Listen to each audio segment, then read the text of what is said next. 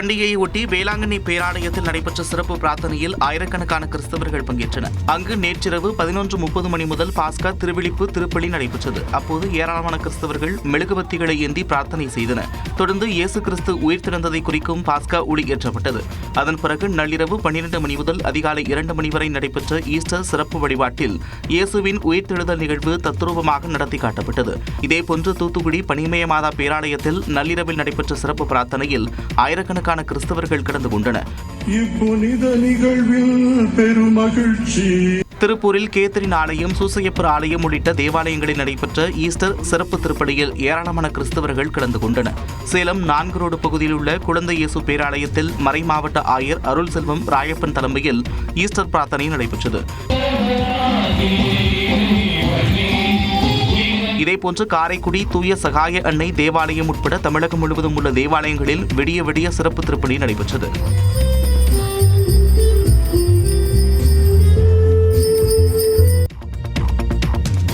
தமிழ்நாட்டின் பல்வேறு பகுதிகளில் நேற்று பரவலாக மழை பெய்தது.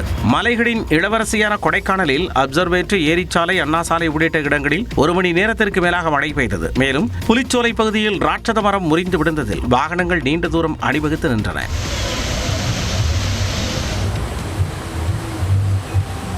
சேலம் மாவட்டம் ஏற்காட்டில் திடீரென பெய்த மழையில் நனைந்தபடி படகு சவாரி உள்ளிட்ட கேளிக்கைகளில் சுற்றுலா பயணிகள் குதூகலித்தனர்.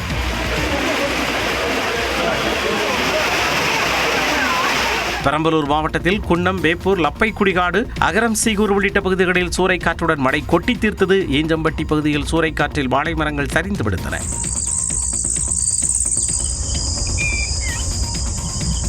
கோவில்பட்டி மற்றும் சுற்றுவட்டாரத்தில் உள்ள காமநாயக்கன்பட்டி, நாலாட்டின்புதூர், பாண்டவர்மங்கலம் உள்ளிட்ட பகுதிகளில் 1 மணி நேரத்திற்கு மேலாக இடி மின்னலுடன் மழை கொட்டி தீர்த்ததால் வெப்பம் தணிந்து மக்கள் நிம்மதிக்குள்ளாகினர்.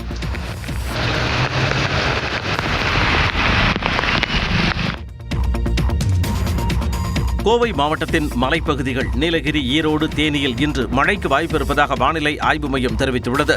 இது தொடர்பாக வானிலை ஆய்வு மையம் வெளியிட்டுள்ள செய்திக்குறிப்பில், மகாராஷ்டிரா மாநிலத்தின் மாரத்வாடா பகுதி முதல் தென் தமிழகம் வரை உள் கர்நாடகா வழியாக ஒரு காற்றழுத்த தாழ்வு பாதை நிலவுவதாக தெரிவிக்கப்பட்டுள்ளது. விருதுநகர், மதுரை மற்றும் சிவகங்கை மாவட்டங்களில் ஓரிரு இடங்களில் நாளை கனமழைக்கு வாய்ப்பு உள்ளதாக வானிலை ஆய்வு மையம் கணித்துள்ளது. சென்னையை பொறுத்தவரை இன்று வானம் ஓரளவு மேகமூட்டத்துடன் காணப்படும் என்றும் அதிகபட்ச வெப்பநிலை 100 டிகிரி ஃபாரன்ஹீட்டை நெருங்கும் எனவும் வானிலை ஆய்வு மையம் கணித்துள்ளது. மேலும் வட தமிழகம், புதுச்சேரி மற்றும் காரைக்கால் பகுதிகளில் இன்று முதல் 7ஆம் தேதி வரை அதிகபட்ச வெப்பநிலை 3 டிகிரி வரை உயரக்கூடும் எனவும் வானிலை ஆய்வு மையம் தெரிவித்துள்ளது. முன்னதாக மதுரையில் நேற்று அதிகபட்சமாக 100.4 டிகிரி ஃபாரன்ஹீட் வெப்பம் பதிவானதாக வானிலை ஆய்வு மையம் தெரிவித்துள்ளது. திருச்சி மற்றும் தூத்துக்குடியில் தலா 102.2 டிகிரி ஃபாரன்ஹீட்டும், சென்னை மீனம்பாக்கத்தில் 96 டிகிரி ஃபாரன்ஹீட் வெப்பம் பதிவானதாக வானிலை ஆய்வு மையம் தெரிவித்துள்ளது. போர் சூழல் நிலவும் ஈரானிலிருந்து மீட்கப்பட்ட தமிழக மீனவர்களுக்கு சென்னை விமான நிலையத்தில் மத்திய அமைச்சர் பியூஷ் கோயல் உள்ளிட்ட பாஜக மூத்த தலைவர்கள் வரவேற்பு அளித்தனர். ஈரானில் நிலவும் போர் சூழலில் அங்கு சிக்கிக்கொண்ட தமிழக மீனவர்கள் மத்திய வெளியுறவு அமைச்சகத்தின் உதவியுடன் மீட்கப்பட்டனர். அர்மீனியாவிலிருந்து தனி விமானம் மூலம் சென்னை வந்தடைந்த 345 பேரை மத்திய அமைச்சர் பியூஷ் கோயல், பாஜக மாநில தலைவர் நயினார் நாகேந்திரன் உள்ளிட்டோர் வரவேற்றனர். தொடர்ந்து செய்தியாளர்களை சந்தித்த பியூஷ் கோயல், ஈரானில் சிக்கி தவிக்கும் தமிழர்களை மீட்பதில் மத்திய அரசு தனி கவனம் செலுத்தி வருவதாக தெரிவித்தார். We are very, very happy to receive them. Very, very happy to welcome them back home. It's a matter of great satisfaction. And that is the BJP, that is the philosophy of Prime Minister Narendra Modi. அதேபோல் பாஜக மாநில தலைவர் நயினார் நாகேந்திரன் ஈரானில் சிக்கிய தமிழக மீனவர்களை தலா 93,000 ரூபாய் செலவிட்டு மீட்டதாக கூறினார். இவ்வளவு தூரம் இன்னைக்கு ஒரு தமிழர் நலன் கருதி தமிழருக்காக இன்னைக்கு நமது பிரதமர் மோடி அவர்கள் இவ்வளவு தூரம் கொண்டு வந்திருக்காங்க அப்படின்னா இதை கூட கொச்சைப்படுத்தி பேசக்கூடிய நம்மளுடைய ஆட்கள்லாம் இருக்கிறாங்க, அரசியல் ஆக்குறாங்க. தமிழர்களுக்கு மத்திய அரசு எவ்வளவு முக்கியத்துவம் அளித்தாலும் திமுக குறை கூறுவதாக நயினார் நாகேந்திரன் தெரிவித்தார்.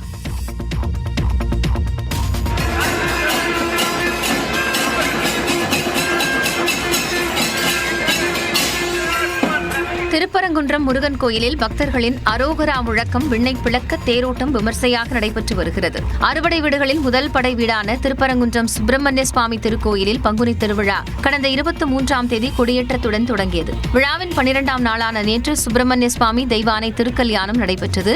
விழாவின் சிகர நிகழ்வான தேரோட்டம் காலை 6:15 மணி அளவில் தொடங்கியது. திருமண கோலத்தில் சுப்பிரமணிய சுவாமியும் தெய்வானையும் பெரிய வைரத்தேரில் எழுந்தருளியதும் பல்லாயிரக்கணக்கான பக்தர்கள் வடம் பிடித்து இழுக்கத் தொடங்கினர்.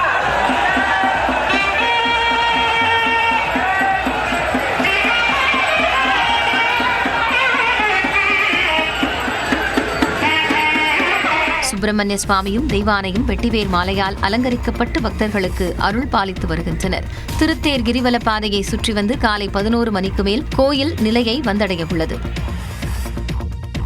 தமிழ்நாட்டின் அரசியல் களத்தை பரபரப்பாக்கிய செய்திகளை டாப் 5 அரசியல் செய்தி தொகுப்பில் பார்க்கலாம். காட்டுமன்னார்கோவில் தொகுதியில் தான் போட்டியிடவில்லை என அறிவித்த விசிக தலைவர் திருமாவளவன் அங்கு மறைந்த சமூக போராளி இளைய பெருமாளின் மகன் ஜோதிமணி போட்டியிடுவார் என தெரிவித்தார். சென்னையில் செய்தியாளர்களை சந்தித்த அவர் சட்டமன்ற தேர்தலில் தான் போட்டியிடுவதாக கூறியதும் சிலர் தேவையற்ற ஊகங்களை வெளிப்படுத்தியதாக கூறினார். திருமாவளவன் பதவி ஆசை கட்டு எம்பி பதவியை விட்டுவிட்டு எம்எல்ஏவுக்கு நிற்கப் போகிறார் என்றும், அப்படி இங்கே வந்து அவர் கூட்டணி ஆட்சிக்கு முயற்சிக்கப் போகிறார் என்றும், துணை முதலமைச்சர் ஆவதற்கு ஆசைப்படுகிறார் என்றும், தொங்கு சட்டசபைதான் உருவாகப் போகிறது என்று திருமாவளவனை யூகிக்கிறார் என்றும் தொடர்ந்து காட்டுமன்னார்கோவில் தொகுதியில் தான் போட்டியிடவில்லை என கூறினார். நான் போட்டியிடுவதாக அறிவிக்கப்பட்ட காட்டுமன்னார்கோவில் தொகுதியில் மறைந்த தலைவர் ஐயா இளைய பெருமாள் அவர்களின் இளைய மகன் ஜோதிமணி அவர்கள் வேட்பாளராக போட்டியிடுவார். நான் முன்வைத்த காலை பின்வாங்க மாட்டேன் அப்படிலாம் நான் ஒரு ஈகோயிஸ்டிக்கா இருக்க மாட்டேன். எங்க வந்து ஒரு ஃபார்வர்டிங் இருக்கும் அந்த இடத்துல ஒரு வித்ட்ராயிங் இருக்கணும். தனக்கு யாராலும் எக்காலத்திலும் கட்டளையிட முடியாது என்றும் திருமாவளவன் உறுதிபட தெரிவித்தார். சமையல் சிலிண்டருக்காக காக்க வச்சிருக்கிறார் பிரதமர் மோடி. நாட்டில் இருக்கக்கூடிய மக்கள் எல்லாம் ஒரே கூரில் பெண்ணை கேட்டுட்டு இருக்காங்கன்னா, மோடிஜி வேர் இஸ் எல்பிஜி கேட்குறாங்க. மோடிஜி வேர் இஸ் எல்பிஜின்னு கேட்குறாங்க. தென்காசியில் பரப்புரை மேற்கொண்ட முதலமைச்சர் மு.க. ஸ்டாலின் எல்பிஜி சிலிண்டர் தட்டுப்பாடு தொடர்பாக பேசிய காட்சிகளை இவை. திமுக காங்கிரஸ் வேட்பாளர்களை ஆதரித்து நடைபெற்ற பரப்புரை கூட்டத்தில் பேசிய முதலமைச்சர் தேசிய ஜனநாயக கூட்டணியை கடுமையாக சாடினார். பழனிசாமி அவர்கள் ஒரு வார்டு கவுன்சில் ஆகிறதுக்கு கூட தகுதி இல்லாதவர்னு அந்த கூட்டணியில் இருக்கிற அன்புமணி சொன்னார். அவர் இன்னும் நிறைய சொன்னார். நாகரிகம் கருதி நான் அதையெல்லாம் இந்த மேடையில் சொல்ல விரும்பல. பழனிசாமியோட திடீர் பங்காளியா கூட்டு வச்சிருக்கக்கூடிய டிடிவி தினகரன் அவர்கள் பழனிசாமியோட கூட்டணி வைக்கிறத நான் விரும்பல, வெட்கப்படுகிறேன், வேதனைப்படுகிறேன், அதை விட தூக்கில தொங்கிடுவோன்னு சொன்னார். பாஜகவில் இருக்கிறவங்க இன்னும் மோசமா பேசினாங்க. எடப்பாடி பழனிசாமி ஆட்சிக்கு வந்தால் டெல்லி தான் தமிழ்நாட்டில் ஆட்சி நடத்தும் என்றும் முதலமைச்சர் விமர்சித்தார். இலவசம்ங்கிறது ஏமாற்று, வாக்கு காசு கொடுக்கறது ஜனநாயக படுகொலை, அது கேடு கட்ட பணநாயகம். அது பணநாயகம், அது நல்ல ஆட்சி முறை இல்லை. இலவசங்கள் குறித்து நாம் தமிழர் கட்சி ஒருங்கிணைப்பாளர் சீமான் விமர்சித்த காட்சிகளை இவை. திருச்சியில் நியூஸ் 18 தமிழ்நாட்டிற்கு சீமான் பிரத்யேக பேட்டி அளித்தார். அப்பொழுது பேசிய அவர் தமிழ்நாட்டின் கடன்கள் குறித்த வெள்ளை அறிக்கை வெளியிட்ட மத்திய அமைச்சர் பியூஷ் கோயலை விமர்சித்தார். இந்திய நாட்டின் இந்திய ஒன்றிய அரசின் கடன் எவ்வளவு? 196 லட்சம் கோடி கடன். ஏன் கடன்? இப்ப இவ்வளவு வரி வருவாய் வரும்போது கடன் பெற வேண்டிய தேவை வருது, அதுக்கு ஒரு வெள்ளை அறிக்கை. தொடர்ந்து பேசிய அவர் விஜய் 2 தொகுதிகளில் போட்டியிடுவது ஏற்கத்தக்கது அல்ல என்றார். ஒருத்தர் 2 தொகுதியில போட்டியிடுறதையோ, ஒரு பதவியில் இருக்கும்போது இன்னொரு பதவிக்கு போட்டியிடுறதையோ எங்க கட்சி கொள்கை நிலைப்பாடு இல்லை, ஏற்கிறது. ஜனநாயகத்தில் இன்னொருத்தருக்கான வாய்ப்பை பறிக்குதுன்னு நாங்கள் நினைக்கிறோம். அவர் தான் சொல்றாரு கான்பிடண்டா இருங்க, வெற்றி நிச்சயம்னு. அவருக்கே கான்பிடன்ட் இல்லை. மேலும் தனிப்பட்ட வலியை மக்கள் வலி என கூற முடியாது என்றும் விஜயை அவர் விமர்சித்தார். புதுச்சேரி தட்டாஞ்சாவடியில் பரப்புரை மேற்கொண்ட தாவேகா தலைவர் விஜய் என்ஆர் காங்கிரஸ் பாஜக அணி சோர்ந்து போன கூட்டணி என்றும் காங்கிரஸ் திமுக குழம்பி போன கூட்டணி எனவும் விமர்சித்தார். தமிழ்நாட்டிலும் திமுக காங்கிரஸ் குழப்ப அணியா தான் இருக்குது, புதுச்சேரியிலையும் அதே மாதிரி குழம்பி போன அணியா தான் இருக்குது. அப்புறம் இன்னொரு கூட்டணி இருக்கே, அதான் என்ஆர் காங்கிரசும் பாஜகவும் சேர்ந்த கூட்டணி. அது சேர்ந்த கூட்டணியெல்லாம் இல்லை, சேர்ந்திருக்க முடியாம சோர்ந்து போன கூட்டணி. தொடர்ந்து பேசிய அவர், புதுச்சேரிக்கு மாநில அந்தஸ்து பெற சட்டப்படி முயற்சிப்போம் என்றும் துணைநிலை ஆளுநரின் தலையீடு இல்லாத ஆட்சி அமைக்கப்படும் என்பன உள்ளிட்ட வாக்குறுதிகளை அளித்தார். நமது டிவிக்கு அரசு அமைந்த 6 மாதங்களில் உள்ளாட்சி தேர்தல்கள் நடத்தப்படும். 25,000 ரூபாய் மகப்பேறு உதவித்தொகையாக வழங்கப்படும். ஒவ்வொரு குடும்பத்திற்கும் 25 லட்சம் ரூபாய் மருத்துவ காப்பீடு, வறுமை கோட்டிற்கு கீழ் உள்ள குடும்பத்திற்கு 200 யூனிட் வரை இலவச மின்சாரம் உள்ளிட்ட வாக்குறுதிகளையும் விஜய் அறிவித்தார்.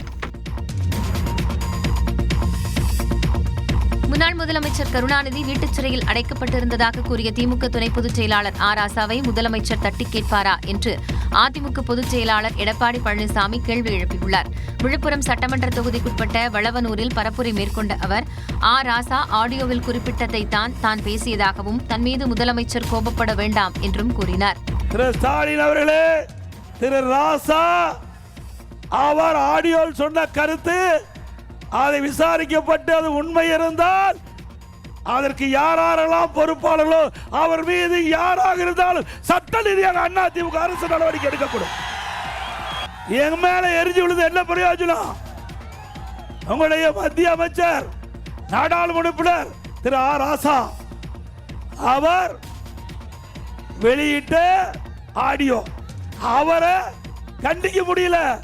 பயம், கண்டிச்சா இன்னும் பல உண்மைகள் வெளியே வந்துடும். இந்நிலையில் தான் பேசியதாக சொல்லி பரப்பப்பட்ட ஆடியோ கிளிப் வெட்டப்பட்டு ஒட்டப்பட்டு செயற்கை நுண்ணறிவை பயன்படுத்தி பொய்யாக புனைந்து உருவாக்கப்பட்டது என்று தனது வழக்கறிஞர் மூலம் நோட்டீஸ் அனுப்பியுள்ளதாக ஆ ராசா தெரிவித்துள்ளார்.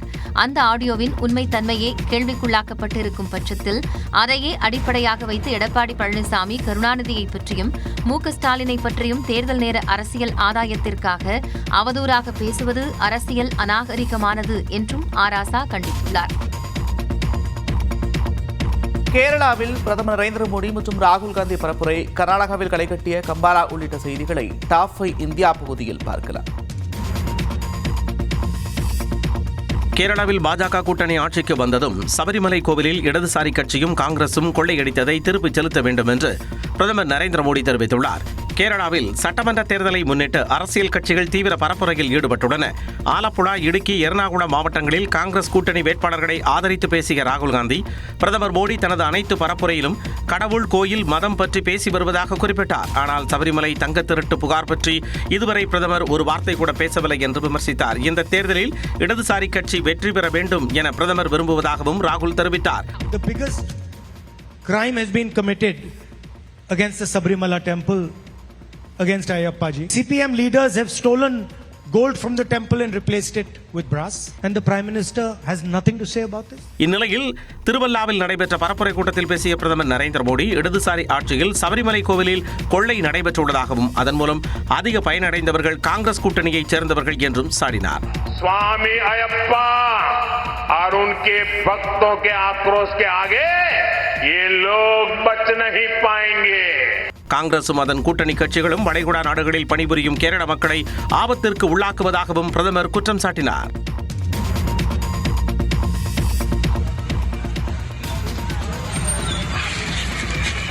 கர்நாடக மாநிலம் ராய்ச்சூரில் எரிவாயு நிலையத்தில் எரிவாயு நிரப்புவதற்காக ஆட்டோக்கள் நீண்ட வரிசையில் காத்திருக்கும் காட்சிகளே இவை. ஈரான் போர் காரணமாக எல்பிஜி, சிஎன்ஜி உள்ளிட்டவை கிடைப்பதில் சிரமம் ஏற்பட்டுள்ளது. கர்நாடகாவில் சில எரிவாயு நிலையங்களில் மட்டுமே எரிவாயு கிடைப்பதால் ஆட்டோ ஓட்டுநர்கள் அவதிக்குள்ளாகினர். இந்நிலையில் மகாராஷ்டிர மாநிலம் மும்பையில் கேஸ் ஏஜென்சி முன்பு காலி சிலிண்டர்களுடன் பொதுமக்கள் கூடினர். செம்பூர் பகுதியில் புக் செய்து பல நாட்களுக்கு பிறகும் கேஸ் சிலிண்டர் வராததால் பொதுமக்கள் ஏஜென்சி அலுவலகத்தில் குவிந்தனர்.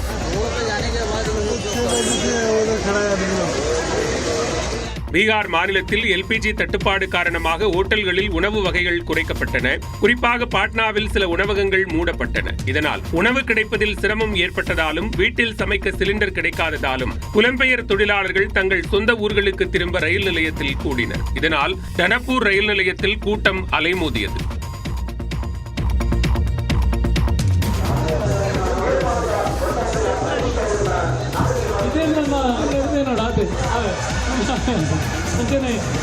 கர்நாடகாவில் கம்பாலா விளையாட்டு திருவிழா கோலாகலமாக நடைபெற்ற காட்சிகள்தான் இவை. கர்நாடக மாநிலம் மங்களூரு அடுத்த குருபுரா பகுதியில் பாரம்பரிய கம்பாலா விளையாட்டு திருவிழா நடைபெற்றது. ஸ்ரீ துர்க பரமேஸ்வரி கோயில் திருவிழாவையொட்டி கம்பாலா விளையாட்டு நடைபெற்றது.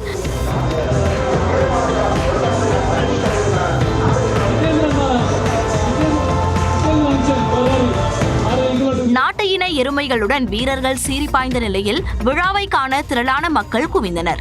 தொடர்ந்து 3வது ஆண்டாக நடைபெற்ற கம்பாலா விளையாட்டுப் போட்டியில் தட்சிண கன்னடா உள்ளிட்ட பல்வேறு பகுதிகளில் இருந்து வீரர்கள் எருதுகளுடன் கலந்து கொண்டனர்.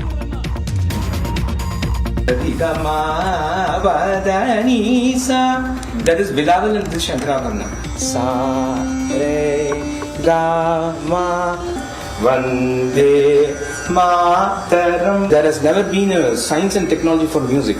There's only been traditional. தேர்தல் பணிகளுக்கு மத்தியில் பிரதமர் மோடி இசையமைப்பாளர் ரமேஷ் விநாயகத்தை சந்தித்து அவரது இசைக்கோர்வை குறித்து ஆவலுடன் கேட்டறிந்தார். 2 நாட்கள் பயணமாக தமிழ்நாடு வந்த பிரதமர் மோடி சென்னை கிண்டியில் உள்ள தனியார் நட்சத்திர விடுதியில் தங்கினார். அவரை பிரபல இசையமைப்பாளர் ரமேஷ் விநாயகம் தனது குடும்பத்தினருடன் சந்தித்து பேசினார். அப்போது ரமேஷ் விநாயகம் தான் உருவாக்கி வரும் கமகா பாக்ஸ் என்ற இசைக்கோர்வை முறையின் சிறப்பம்சங்கள் குறித்து பிரதமருக்கு எடுத்துரைத்தார். That is Bilawal and this Shankaravarna. Sa re ga ma Vande Mataram. There has never been a science and technology for music. There's only been traditional. Gamaka box என்பது காப்புரிமை பெற்ற இந்தியாவின் முதல் இசைக்கோர்வையாக உள்ளது. இது கர்நாடக, இந்துஸ்தானி மற்றும் நாட்டுப்புற இசையை எளிதாக கற்றுக்கொள்ள உதவுவதாக கூறப்படுகிறது. 2009 நான் வந்து அதை பிரேக் பண்ணினேன். ஆனால் பல வருடங்கள் ஆராய்ச்சி செஞ்சு அது முதல்ல யாருக்கும் புரியல. ஆனால் இன்னைக்கு பாரத பிரதமர் நரேந்திர மோடி அவர்களுக்கு அதை சொல்லிக் கொடுக்கக்கூடிய ஒரு பெரிய சந்தர்ப்பம் எனக்கு கிடைச்சிது. அது ஒரு குழந்தை மாதிரி அவர் கற்றுண்டார். அது ஒரு பெரிய விஷயம். அது ஒரு 9 நிமிஷத்துக்குள்ள அவர் ஒரு ராகத்துடைய பல கமகங்கள், அப்புறம் வந்தே மாதரம், அது எல்லாத்தையும் உடனே வாசிட்டார். இது குறித்து எக்ஸ் தளத்தில் பதிவிட்டுள்ள பிரதமர் நரேந்திர மோடி, இசையமைப்பாளர் ரமேஷ் இந்திய இசையை பிரபலப்படுத்த தனது வாழ்க்கையை அர்ப்பணித்துள்ளதாக பாராட்டு தெரிவித்துள்ளார். இந்திய இசையை சர்வதேச நிலைக்கு கொண்டு செல்ல இது ஒரு புதுமையான முயற்சி என்றும் பிரதமர் மகிழ்ச்சி தெரிவித்துள்ளார்.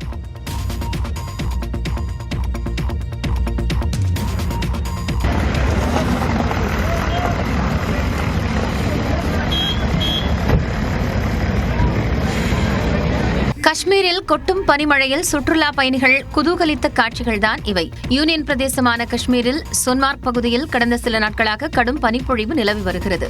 நேற்றைய தினம் அங்கு வெப்பநிலை -3 டிகிரி செல்சியஸாக பதிவானது. பனிப்பொழிவால் எங்கு பார்த்தாலும் வெள்ளைப்போர்வை போர்த்தியது போல காட்சியளிக்கிறது. இதேபோன்று ஹிமாச்சல் பிரதேச மாநிலம் மனாலியில் பனிப்பொழிவால் முக்கிய சாலைகளில் பனிக்கட்டிகள் சூழ்ந்ததால் கடும் போக்குவரத்து நெரிசல் ஏற்பட்டது. அடல் சுரங்கப்பாதை அருகே நூற்றுக்கணக்கான வாகனங்கள் அணிவகுத்து நின்றன.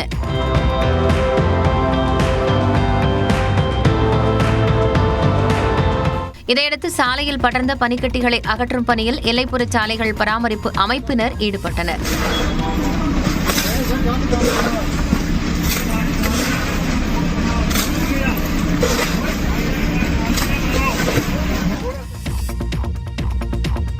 அமைதிக்காக பாடுபட அழைப்பு விடுத்த போப், எலிக்கு சிலை வைத்த கம்போடியா ராணுவம் உள்ளிட்ட செய்திகளை டாப் 5 உலகம் பகுதியில் பார்க்கிறார்.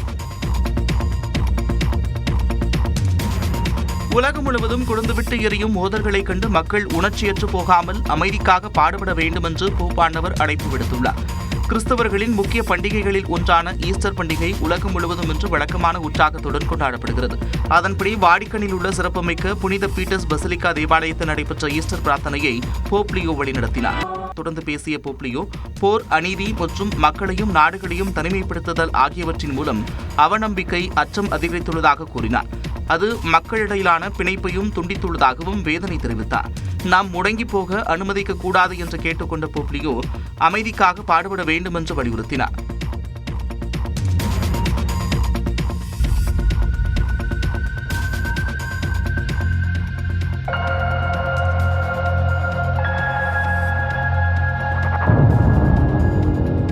இஸ்ரேல் நடத்திய வான்வழி தாக்குதலில் ஈரானின் பெட்ரோகெமிக்கல் ஆலை பற்றி எரிந்த காட்சிகள் தான் இவை. ஈரான் எல்லைக்குள் அத்துமீறி நுழைந்த அமெரிக்காவின் அதிநவீன போர் விமானத்தை ஈரான் சுட்டு வீழ்த்திய நிலையில் அந்நாடு மீது இஸ்ரேல் மற்றும் அமெரிக்க படைகள் தாக்குதலை தீவிரப்படுத்தியுள்ளன. ஈரானின் மக்ஷார் நகரில் உள்ள பெட்ரோ கெமிக்கல் ஆலை மீது இஸ்ரேல் வான்வெளி தாக்குதல் நடத்தியது. இதில் அந்த ஆலையில் பணியாற்றிய 5 பேர் கொல்லப்பட்டனர். இதற்கு பதிலடியாக இஸ்ரேல் மீது ஈரான் இடைவிடாமல் ஏவுகணைகளை வீசி தாக்குதல் நடத்தியது. அவற்றை இஸ்ரேலின் வான் பாதுகாப்பு அமைப்புகள் நடுவழியில் தாக்கியளித்தன.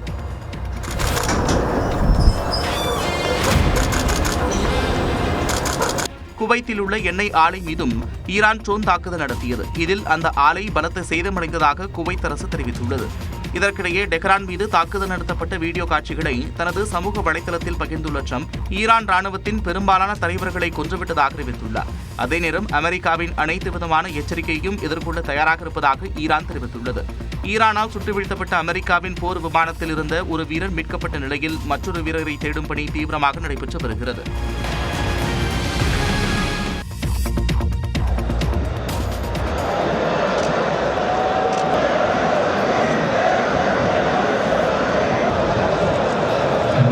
ஈரான் மீதான அமெரிக்கா இஸ்ரேலின் போரால் மத்திய கிழக்கு நாடுகளில் ஏற்பட்டுள்ள பதற்றத்தை கண்டித்து ஈராக்கில் நடந்த போராட்டத்தின் காட்சிகள்தான் இவை. பாக்தாத் நகரில் திரண்ட ஆயிரக்கணக்கான மக்கள் ஈரான் நாட்டின் ராட்சத கொடியை சுமந்து கொண்டு பிரம்மாண்ட பேரணியில் ஈடுபட்டனர். அமெரிக்கா மற்றும் இஸ்ரேலின் தாக்குதலால் ஈராக்கில் 108 பேர் கொல்லப்பட்ட நிலையில் அவர்களின் மரணத்திற்கு நீதி வேண்டும் என்று மக்கள் முழக்கம் எழுப்பினர்.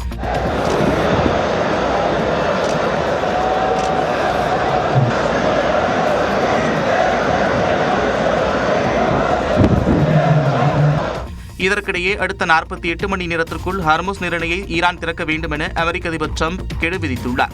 இது தொடர்பாக தனது ட்ரூத் சமூக வலைதள பக்கத்தில் ஹர்முஸ் நீரிணையை திறக்க ஈரானுக்கு 10 நாட்கள் கெடு விதித்திருந்த நிலையில் அதில் 48 மணி நேரம் மட்டுமே மீதம் இருப்பதாக பதிவிட்டுள்ளார்.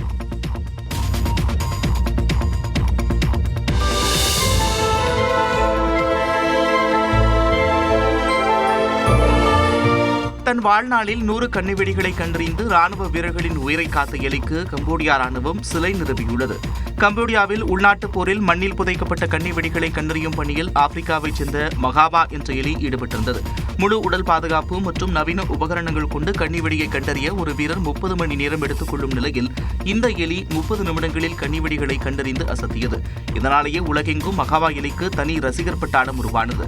தன் வாழ்நாளில் 100 கன்னிவெடிகளை கண்டறிந்து கின்னஸ் சாதனை புத்தகத்தில் இடம் பிடித்த இந்த மகாவா எலி கடந்த கொரோனா காலத்தில் உயிரிழந்தது. இந்நிலையில் இந்த எலியின் சேவையை பாராட்டும் வகையில் சர்வதேச கன்னிவெடி விழிப்புணர்வு தினத்தை ஒட்டி கம்போடியா ராணுவ தரப்பில் சிலை நிறுவப்பட்டுள்ளது. And what we decided to do to commemorate for Magawa, we made the statue and we decided to launch it on the eve of International Mines Awareness Day. மகாவா எலியால் கம்போடியாவில் 1,41,000 சதுர மீட்டர் நிலம் கன்னிவெடி இல்லாத பகுதியாக மாறியிருப்பது குறிப்பிடத்தக்கது.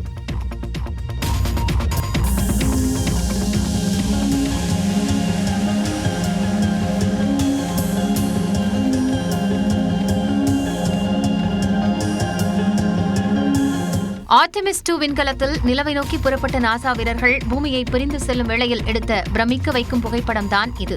நிலவின் மேல் பகுதியை ஆய்வு செய்வதற்காக ஆர்டெமிஸ் 2 என்ற விண்கலத்தை நாசா கடந்த 2ஆம் தேதி வெற்றிகரமாக விண்ணில் ஏவியது.